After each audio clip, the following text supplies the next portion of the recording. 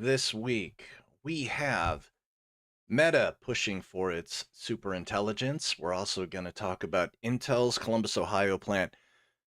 People in Columbus seem a little concerned. Intel said this week it's going to slow construction. We're going to talk about that. Is Intel in trouble?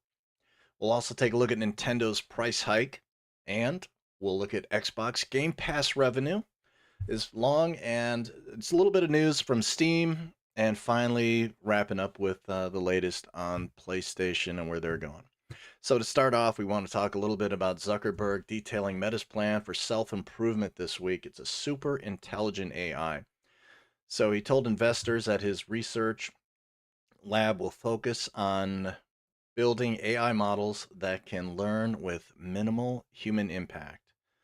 And so we're going to play a little bit of Zuckerberg himself just telling you about it here. All right, ready? Hey everyone. I want to talk about our new effort, Meta Superintelligence Labs, and our vision to build personal superintelligence for everyone. AI keeps accelerating, and over the past few months, we've begun to see glimpses of AI systems improving themselves. So developing superintelligence is now in sight. But there's this big open question about what we should direct superintelligence towards. A lot has been written about the scientific and economic advances that AI can bring, and I'm really optimistic about this. But I think an even more meaningful impact in our lives is going to come from everyone having a personal superintelligence that helps you achieve your goals, create what you want to see in the world, be a better friend. All right, so it sounds like it's an assistant of some kind, some AI assistant that helps you. It's tailored to you, is what it sounds like, and he's going to describe some more. And grow to become the person that you aspire to be. This vision is different from others in the industry who want to direct AI at automating all of the valuable work. At Meta, we believe in putting the power of superintelligence in people's hands to direct it towards what they value in their own lives. Some of this will be about improving productivity, but a lot of it may be more personal in nature. This is going to be a new era in some ways, but in others, it's just a continuation of historical trends. About 200 years ago, 90% of people were farmers growing food to survive. Today, fewer than 2% grow all of our food. Advances in technology have freed much of humanity to focus less on subsistence and more on the pursuits that we choose. And at each step along the way, most people have decided to use their newfound productivity to spend more time on creativity, culture, relationships, and just enjoying life. And I expect superintelligence to accelerate this trend even more. The intersection of technology and culture is where Meta focuses, and this will only become more important over time. If trends continue, I expect that people will spend less time on productivity software and more time creating and connecting. I think that personal devices like glasses that can see what we see, hear what we hear, and interact with us throughout the day are going to become our main computing devices. Okay, and again, Meta has been pushing these glasses. You can buy them at Best Buy and Walmart, and they're like a Ray-Ban with a little bit of augmented reality in there. I believe deeply in building personal superintelligence for everyone. And at Meta, we have the resources to build the massive infrastructure required and the ability to deliver new technology to billions of people. I'm excited to build this future, and we've got a lot more to come soon. All right, ready? Okay, there you have it. So one of the things that's in here is there's been some criticism that Meta's been burning through quite a bit of cash on their reality labs. And this one is out of this first story that we talked about here was out of Wired, that Zuckerberg is going to detail his plan for super intelligent AI. And on CNBC, they have a story, Meta's Reality Lab. They post $4.53 billion in losses in the second quarter of this year. And this is from July 30th, just a few days ago. So Meta reported its second quarter earnings on Wednesday and revealed that Reality Labs logged an operating loss of 4.53 billion while recording 370 million in sales during that period. So analysts were predicting or projecting that unit sales in the second quarter would, we'd have a loss of 4.9 billion and generate 381 million in sales. And that the Ray-Ban Meta smart glasses sales more than tripled year over year for the first half of 2025. And let's see. So Meta's Reality Labs, the unit tasked with building the futuristic metaverse, continues bleeding money. The social media company reported its second quarter earnings on Wednesday and revealed Reality Labs logged an operating loss of 4.53 billion, 370 million in sales during the same time. And okay, so the Reality Labs division oversees the Quest line of virtual reality headsets, in addition to the Ray-Ban Meta smart glasses. Now, I feel like I've seen more of a push almost for the Ray-Ban sunglasses. I think it seems to be making Meta a lot more money. I'm not sure if it's more profitable or not for them, but there seems to have been a big push on top of that for the Ray-Ban sunglasses. So, how would that play into the Meta Quest 4 for you VR fans out there? So, the Meta Quest 4, which obviously would still be in development. So, this is from Yahoo Tech. MetaQuest 4 could be the closest we've got to cyberpunk in the real world, referencing the game, of course. When you buy through. Okay, hold on. So, researchers at Meta Labs have shared a prototype headsets. It's got a wider 180-degree field of vision, and the prototype claims a better pass-through experience that could lead to an enhanced offering in MetaQuest 4 for all the devices that have jumped into the AR, augmented reality, or VR world. Meta has had the biggest impact with its Quest headset. Much more affordable than the Apple Vision Pro, which is a couple of $1,000s, and supported by compelling experiences. It's a platform to watch when it comes to next gen reality experience. So some people say the Quest 3 was a significant improvement from the Quest 2 headset for VR. Some people still complaining, and I have one of the headsets. It feels like there's a brick strapped to your face. So we are looking for possibly maybe the Quest 4 will be a lighter headset, more augmented reality perhaps than we've had. So, and I know we talked about this last time, but here are some of the leaked prototypes. These aren't the final products, but these are the prototypes.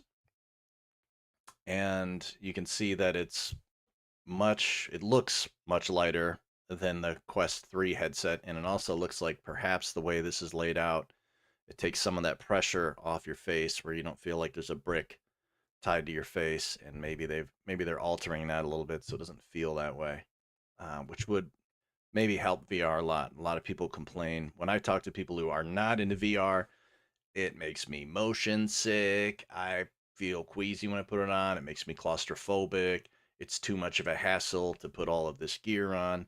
So I think if you want to help the VR industry, one of the things I think you could do is, yeah, the more pick up and play that VR headset is, I think you're going to get more people in it. Meta stock did pretty well. Had a kind of a big rally. Uh, yeah, you can see the jump up here from July 30th to July 31st. This jump is around the announcement that Meta's going to focus a lot on AI, and the market really liked that. How is VR doing while we're on it? On Steam, just FYI, there's a big Skyrim sale right now, $14.99 for Skyrim if you're not. All right, moving on. Intel. So, for those of you that may be familiar, not too long ago, during the pandemic, we decided we needed to build more chips in the USA. So, one of the places that was picked to build a plant for Intel for CPUs was outside of Columbus, Ohio. You have Ohio State University there. You've got Denison and other smaller colleges around the area that Intel could draw for talent pool. And there's some concern this week. Intel said that they were going to slow construction of this plant in what's called New Albany outside of Columbus. So we got a little bit of that to go through. Now at 5, Intel's announcement that it's slowing construction came as a surprise to many. And now we're digging into what the company means by slowing construction. Does it really mean slow, or does it mean stop? We thank you for joining us today. For NBC4 at 5, I'm Jared Smalley. And I'm Jennifer Bullock. NBC4's Anna Hoffman is here with what she has learned about all of this. Anna? All right, so NBC4 is going to detail a little bit about Intel saying how they're going to slow things down. They're not saying we're going to stop construction of this factory in Ohio, this chip factory in Ohio that we're building, but we're going to slow things down. And she'll go a little bit into why. Jen and Jared, all of the major players in this project that we spoke with say they're optimistic, but the announcement said two words: slowing construction. When we heard from Intel, they say they meant exactly what they said. Celebrations about the Intel impact on Ohio in 2022 now turning to wonders, as the chip manufacturer announced Thursday they will be slowing construction for the second time. You know, you have to look at it things that are frankly beyond our control in Ohio. All right, so this is Governor Mike DeWine at a recent press conference about Intel saying they're going to slow construction at the new facility. And that is the state of the industry and, you know, how well Intel is doing in selling their product. Intel says slowing construction really does mean slowing, and says they have not pushed back the expected 2031 finish at this time. Governor Mike DeWine said in a news conference Friday he spoke with Intel's new CEO following the announcement. He has described the situation of the company. It's been reported by a whole bunch of people, but you know, he was optimistic about the future and the future of frankly, of the Ohio site. So Intel, we'll go into a little bit more, but Intel recently, a few months ago, got a new CEO, someone to run the company. There's been some concern among investors that Intel has not been staying on top of developments in AI. And so Intel is possibly undergoing some new changes with the new leadership. Steve Stivers, the president of the Ohio Chamber of Commerce, released a statement saying, in part, despite changes to the timeline, we remain confident in the long-term vision and impact of the transformational project. Kenny McDonald, the president and CEO of One Columbus, also released a statement which reads in part, our state and local partners signed on for the long haul because bringing next-generation semiconductors home is mission critical. We know Intel has laid off 15% of its workforce, and Intel's earnings have fallen behind their competitors. We spoke with our partners at Columbus Business First. Carrie Ghosh has been following Intel for years and says a lot of questions still remain. We do know that Intel had started hiring for Ohio, training those people in Arizona and Oregon. We don't know what's going to happen to those people. Are they caught up in this latest round of layoffs that was announced last night? The governor says he hopes to meet with Intel's new CEO in person in the coming months to discuss the Ohio project. Jared? All right. So some concern about Intel saying, and of course Intel is saying, well, hey, we're not saying we're canceling the factory. We're not going to stop building the factory in Ohio. We're just pausing it. The Wall Street Journal 4 months ago did a little bit of a kind of a montage on Intel about the new CEO. I wanted to play just a little bit about that. After nearly 25 years as the world's largest chip maker, this symbol outside means you have the standard inside. Intel is struggling. Look at the yellow bars on this chart. That's the company's cash flow. All right, so they're showing a cash flow chart that goes back to 2010. They're in positive cash flow, and then looks like about 2021 or 2022, they start going into negative cash flow, down to what, 8 billion in 2022, down to almost 15 billion in 2023. So the last 4 years, they've been in negative cash flow, according to this Wall Street Journal piece. It burned through almost $16 billion last year. It's indicative of a big problem on one side of Intel's business, chip manufacturing. But there's a problem with the other side, chip designing, too. You can see it in this line, which shows Intel's market cap, and it may not look that bad. But these lines show its competitors. All right, and in the graph, they're showing NVIDIA and huge rise with NVIDIA and Samsung, mostly NVIDIA and TSMC, which also manufactures chips. NVIDIA having the greatest rise in that. Now, new CEO Lip Bhutan has been tasked with fixing both sides of Intel's business. There are things you can do, but it's going to be incremental, and it's going to be extremely risky. Here's how a mistake the company made decades ago has snowballed into an overwhelming obstacle that Lip Bhutan will have to face. All right, again, so Intel riding high for a long time, made a series of mistakes. Can the new CEO, turn everything around? Since it was founded in 1968, Intel dominated the chip market. Inside this package is a chip of silicon which provides the electrical equivalent of many transistors, Kind of an old resistors, video. and diodes. Basically, they had a technological monopoly. There were a few other competitors. The company churned out industry standard after industry standard of CPUs, or central processing units. They're essentially the brains of a computer. Now anyone can have all the brain power they want. Just look for a PC with an Intel processor inside. By 1992, it became the world's largest chip maker by revenue, according to the company. By 1997, its chips served as the brains of 84% of the world's computers. And in 84% of the world's computers. In 1997, 84% of the world's computers are using Intel chips. computers. And in 2000, the stock hit an all-time high. Intel was the king of chips. But while the company was riding high, the rest of the industry was making a change. By the 2010s, it had split. Most companies specialized in either designing chips, like AMD or NVIDIA, or manufacturing chips, like TSMC. That shift happened for two main reasons.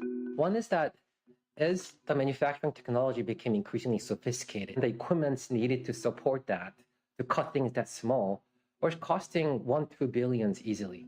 This meant that foreign manufacturers like TSMC were able to produce chips cheaper and faster, with low-cost labor and fewer regulations. The second...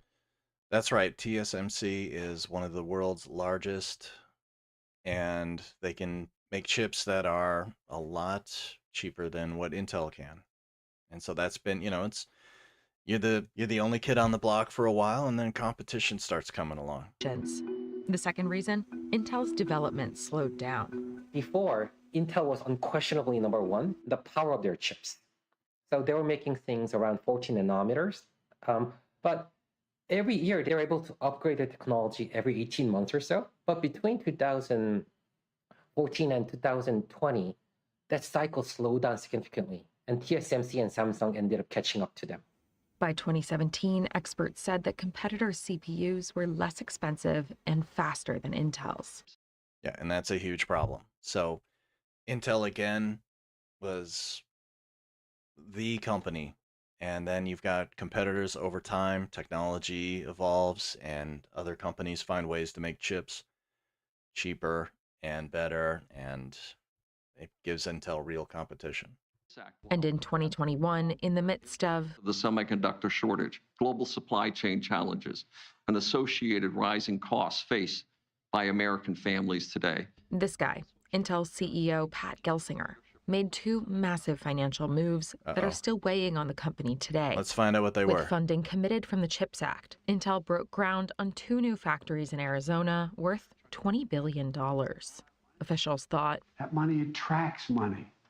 It attracts investment. It demonstrates we're all in.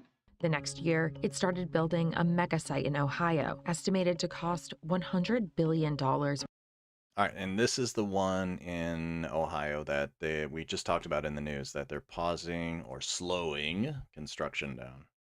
When complete. These uncompleted factories will create challenges that Lip-Bu-Tan will have to deal with. I mean, the goal is you have to be technologically competitive in foundry business. You have to be able to compete with TSMC. It's uncertain whether you can do that. But without taking back the technological leadership, all these investments do not make any sense. Last year, the company doubled down on its plan, announcing a $36 billion upgrade to existing factories in Oregon. This massive investment means that Intel's assets are worth more than its market value, and now it's engaged in talks with competitors like TSMC to spin off the manufacturing side. All right. Now, again, this is 4 months old from the Wall Street Journal. I wanted to go to one of the stories off Tom's Hardware. He has a site. It was Intel will cancel 14A and following notes if it can't win a major external customer. Now, what's 14A? 14A is a chip design from Intel they were planning on building in Columbus, Ohio. According to the article, and 14A uses it's a chip that uses about 30% or 35% less power than some other chips. Well, why is that a big deal? Okay, so Intel details 14A performance, again from Tom's Hardware, and new turbo cells that unlock maximum CPU and GPU frequency. Intel made a slew of announcements at its Foundry Direct 2025. This is from April 30th of this year in San Jose, California. It finally shared performance metrics for its upcoming 14A process node slated for risk production in 2027.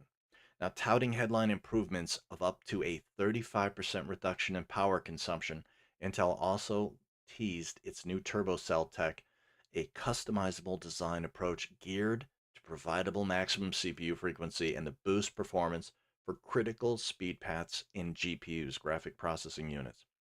So if you have a 35% processing reduction, you have your big you got your big server farm because you're doing AI. You got to put all these chips out there, and you're going to do, your AI server farm, and you have so many chips, and it uses so much power. AI uses a lot of electricity. You always hear this. We have to change the electrical grid and strengthen and reinforce the grid around these for these AI server farms to work. So if you can have a chip that uses 35% less power, that's a big deal. I mean, imagine that's going to really help. The problem is, apparently, according to the article, Intel is having some trouble. Either they're not specifying it in the article, but if they can't close the deal on a contract for the 14A chip, then what are you going to do with the facility you're building in Columbus, Ohio? All right, so taking a look at how Intel closed on Friday, down to $19.31. You take a look at, there's the 5-year.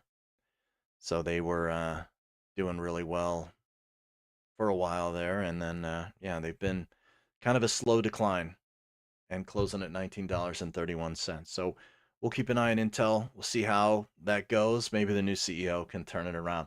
Turning to gaming news, Nintendo announces U.S. price rises for original Switch, not the Switch 2, warns the price rises for the Switch 2 games, and I guess that the membership may be necessary in the future. So they're going to raise the price on the Switch. This is from IGN.com.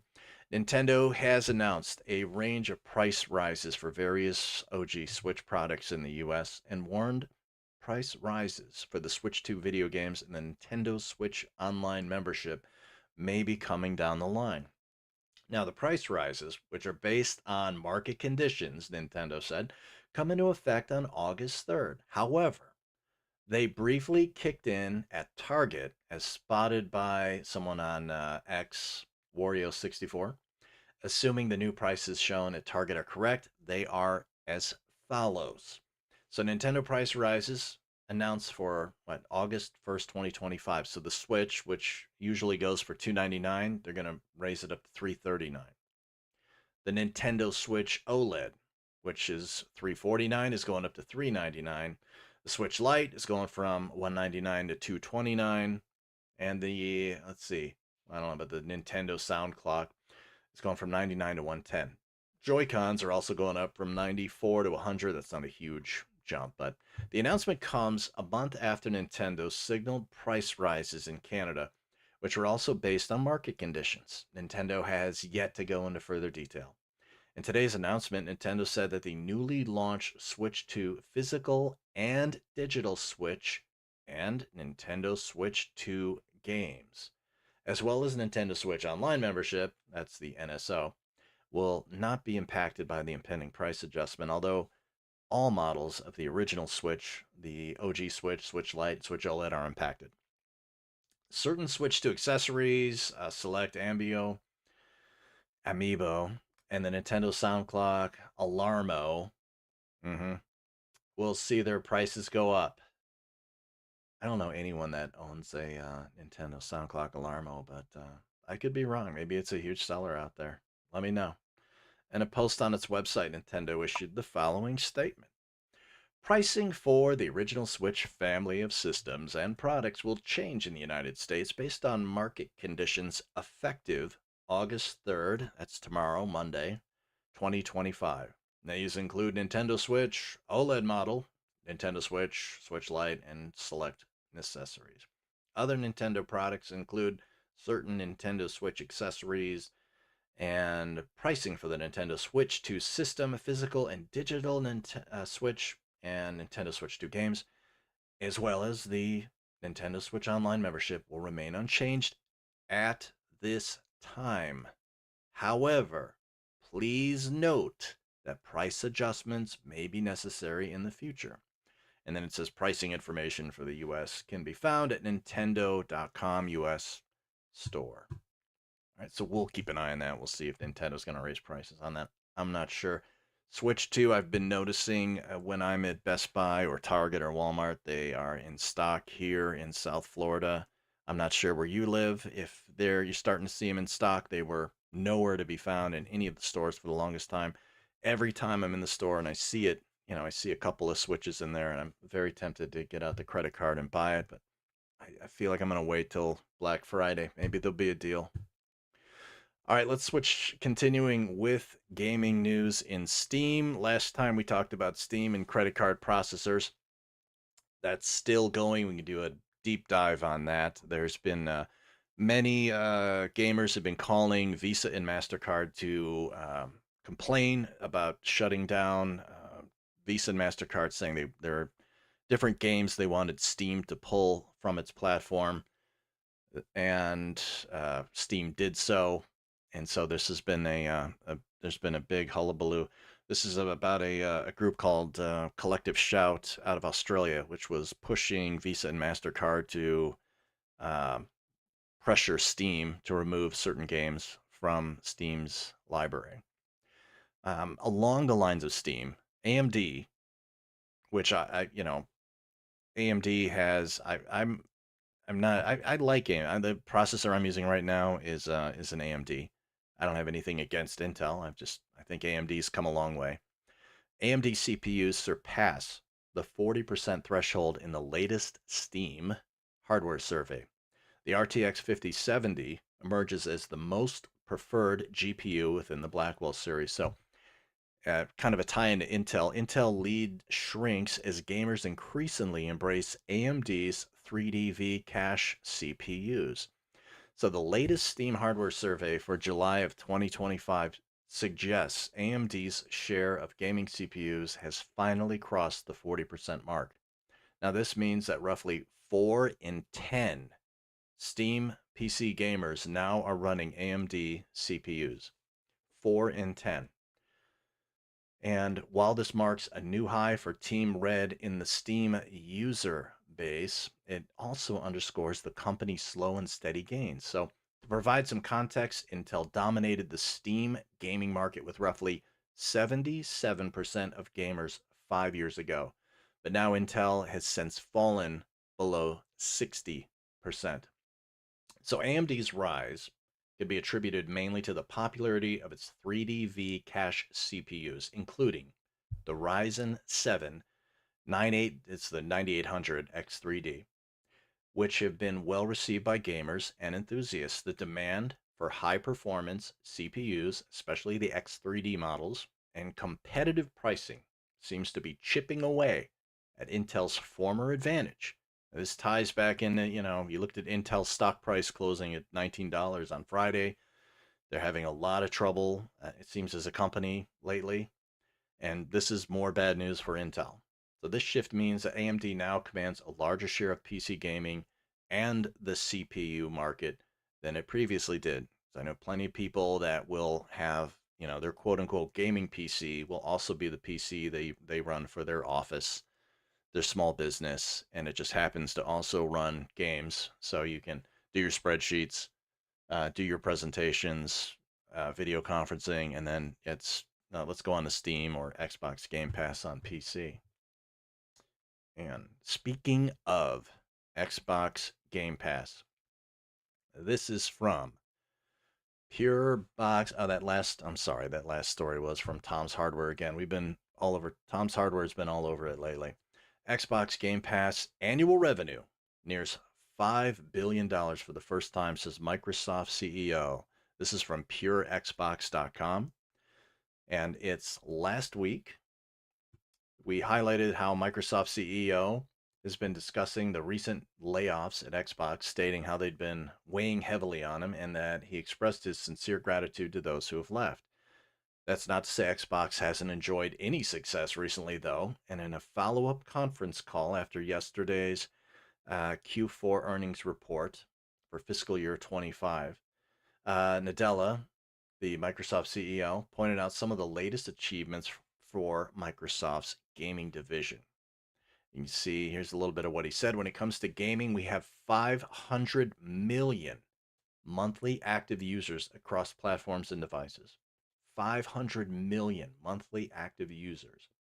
We are now the top publisher on both Xbox and PlayStation this quarter, with successful launches of Forza Horizon 5 and Oblivion Remastered.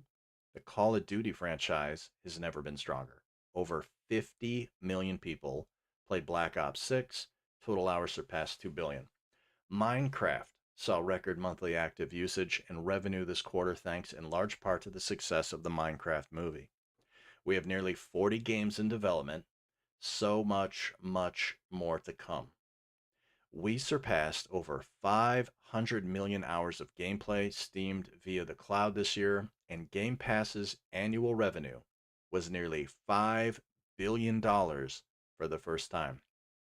The bit that's getting the most attention is the Game Pass annual revenue, nearly $5 billion for the first time. While we're also intrigued to hear that almost 40 games are currently in development at various Xbox studios right now, and as for the Xbox and PlayStation top publisher mention, that's no longer a surprise at this point. As noted, the likes of Forza Horizon and Oblivion Remastered have been dominant for Microsoft over the past few months. All right, so again, and one of the things I noticed, like on this Windows 11 PC that I went and bought just at a Black Friday, of course, guess what's installed on it? The app for the Xbox on PC, Xbox Game Pass. And for $20, it may be up to $24. I don't know the exact number right off my head, but I can play the latest games right on my PC. I don't even need to have an Xbox anymore. So Game Pass, $5 billion for the first time in annual revenue. And speaking of PlayStation 6, okay, so this one out of gamingbible.com, PlayStation 6 leak slammed by fans. Quote, why release it? I can't help but feel some of these fans are ignoring the obvious cost issue here. So this is from Lewis Parker. Some PlayStation fans aren't too happy with a recent video stating that the PlayStation 6 will make what they believe are minimal improvements to the console's hardware. But are people asking a bit too much of Sony? Last week, Digital Foundry's Alexandri, I'm sure I'm pronouncing it wrong, Badaglia, spoke about his expectations for Sony's next generation of PlayStation consoles. During a segment of one of DF's latest podcast episodes, he was quizzed as to how many gigabytes of RAM he believes the PS6 might ship with.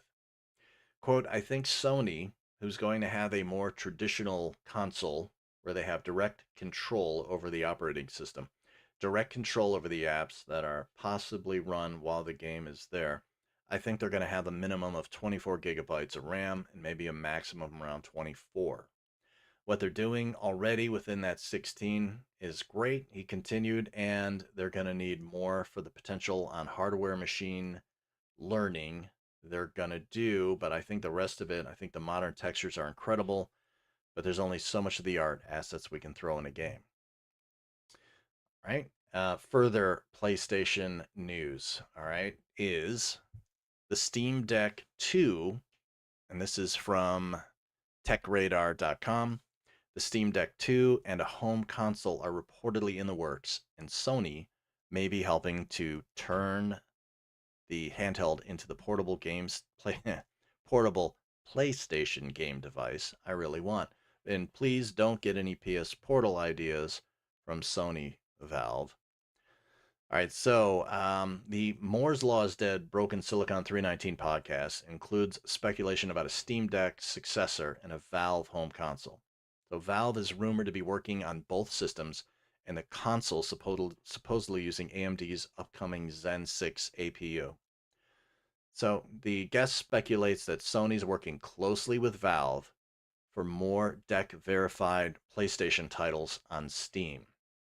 It's no surprise that Valve's Steam Deck has been largely successful since its launch in 2022, with multiple configurations available at affordable prices and the popular Steam operating system at the helm. Now, new speculation suggests Valve's plans for a successor may be bigger than we thought. As reported by Notebook Check, Valve is rumored to be working on a successor to the Steam Deck and a dedicated home console, with the later potentiality utilizing AMD's upcoming Zen 6 APU, codenamed Magnus. That's based on speculation and internal leaks from hosts Tom and Jimmy on Moore's Law is Dead podcast. So speculation also hints at Sony working closely with Valve going forward, specifically with ensuring that PlayStation titles have full support on the Steam Deck. This isn't far-fetched either, as Sony has made a clear effort to make its first-party titles Steam Deck verified, and that's evident with games like The Last of Us Part 2 and God of War Ragnarok. The AMD Zen 6 APU is also reportedly being used for either Sony's PlayStation 6 or for Microsoft's Xbox next-gen console. Now, yes, Microsoft is still coming out with a next-gen console for its next version of the Xbox. This despite the fact that Microsoft has been leaning heavily into PC and their version of kind of a Steam Deck that you can even buy now. I just saw one on display the other day. And so Microsoft's kind of had this ad campaign that Xbox Anywhere, right? You can play Xbox on an Xbox. You can play it on your PC using the app. You can play it on these handhelds. You can play it on mobile. And so it will be interesting to see if they will also go along with this same chipset here. So Xbox, okay. So this AMD Zen 6 APU is projected to be a powerful chip for gaming performance with 11 CPU cores. When referring to the prospect of the home console, Lyle mentions, all I can say is, I was told years ago, full stop, Valve, are using AMD. It's going to be really powerful, and they're going to treat this like a proper console launch to compete as a console. If this is indeed the processor used in the purported dedicated Steam home console, it hints at Valve shaping up to move matters beyond portability with the handheld. Besides the classic Sony PlayStation Portable, or PSP, Sony has yet to make a strong effort to battle in the handheld market. I say this because the PlayStation Portable is far from what I want from Sony, as I'd much rather have a handheld that can play games natively instead of streaming them, because of course we all know when you can download a game, you can get much better performance than when you're streaming a game. While you could say it's just based on speculation, Sony and Valve have clearly been working closely, since a large majority of PlayStation titles on PC go straight to Steam. As I've mentioned, there's a sense that Sony puts extra effort into optimizing games for Valve's deck-verified system, especially when it nixes software developers who are known for great optimization at the helm of PC ports. I don't see Sony bringing its blockbuster first-party titles to PC on day one, but if it sticks with a staggered release trend and it doesn't bother creating a native handheld experience, I'll happily settle with a Steam Deck 2 as an alternative with a more powerful processor for better performance. So on that note, we'll take a quick look at Steam. Where are we at on titles? virtual reality titles from Steam. Anything good on sale? So I have a Meta Quest 3 and the PlayStation. What am I have? PSVR 2. I actually lately have been using the Meta Quest has a link to pair up with my computer. I even use a USB-C cable for data transfer, which helps with, you know, well, data transfer instead of it going through the Wi-Fi. All right, so on sale right now. If you like VR, Skyrim is on sale for $14.99 on Steam. That is a steal. Right? Yeah, there's the sound. Skyrim, I played it in VR. It's not bad. It's not a bad port. If you like, what was the other? Phasmophobia is 19. I just want to point out though that Skyrim usually goes for like $60, even though this is an older game. Phasmophobia, a game I refuse to play because I hear it's horrifying and has too many jump scares in it. It's $19.99. What else have we got? Let's see. Hold on. Get my sound back. Right? You see me clicking this. It's not doing anything. It's frustrating. Ah, duh. All right, here we go. All right, Hitman. Yeah, that's down to $5.99. I don't always think that's a good thing. A Table Simulator, $19.99, and let's see. Yep. Oh yeah. Okay. Beat Saber though, still $29.99. I feel like 100 years from now, Beat Saber's still going to be $29.99. Oops. Yeah, we don't want to play that. We'll get a copyright strike. Okay, what else have we got? News and noteworthy top sellers on Steam. Let's take a look at the charts. Number 1, Counter-Strike 2. 2 is Battlefield 6. Then Grounded 2 is coming in at 3. Titan Quest. Let's see, that's number 4. Steam Deck. They always put the sale of the Steam Deck on number 5. Ready or Not. Marvel Rivals. Then Peak. Destiny 2. All right. Dead by Daylight, Grounded 2, Founders Edition, so forth and so on. So, let's take a look at most played. Yeah, most played Counter-Strike 2 is still at number 1. And that about wraps it up for today. We're going to cover more this week on... Oh, there we go. We'll cover more this week. And we'll go over, we can get more news that we're going to come up with. We're going to upload this on Spotify later on too. And always feel free to drop us a line at any of our social media and get out there